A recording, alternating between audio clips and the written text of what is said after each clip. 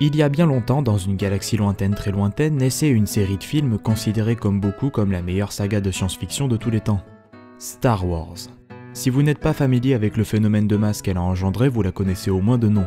Mais bien plus qu'une série de films à succès, Star Wars est maintenant devenue une licence à part entière avec tous ses produits dérivés, ses propres conventions et sa communauté de fans dévoués qui créent cosplays et fanfictions en tout genre. Son créateur, George Lucas, loin de prévoir le succès titanesque de l'épisode 4 en salle, fut vite submergé par les critiques lorsque celui-ci revint à la réalisation de la prélogie qui constituait le vrai début de la chronologie de Star Wars avec l'épisode 1 La menace fantôme. Le public, que ce soit les fans de la première heure comme les néophytes, avait eu le temps, pendant les 20 ans qui séparaient la première trilogie de la deuxième, de se faire leur propre idée du sens profond de la saga, de son véritable intérêt, de son essence. Beaucoup s'étaient plaints du changement de ton de la saga. Là où la trilogie de 1977 à 1983 s'achevait sur une victoire totale des gentils, dans la prélogie on nous présentait des héros impuissants face à l'ombre qui allait embraser leur galaxie lointaine. Pour George Lucas, il était en effet plus intéressant de vendre d'abord une trilogie plus légère, positive, enfantine presque, puis après, une fois que le public aurait grandi, de faire la partie la plus sombre avec la chute du pouvoir en place au profit d'un empire fasciste. Cependant, les différences ne s'arrêtent pas là. Puisque cette trilogie s'attaque à un sujet plus mature, à savoir la corruption progressive du gouvernement par ceux qui sont avides de pouvoir, il a fallu montrer de la politique. Ah, la politique. La bête noire des fans de Star Wars.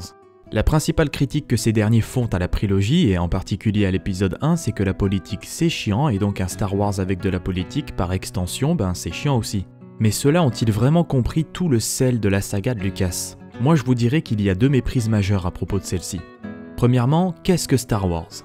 Au début de cette chronique, je vous ai dit qu'il s'agissait d'une série de films de science-fiction. Grossière erreur.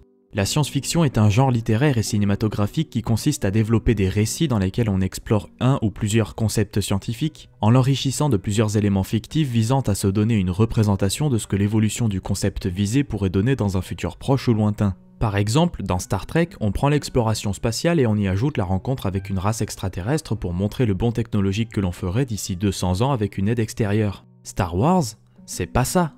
C'est pas ça du tout. C'est de la space fantasy.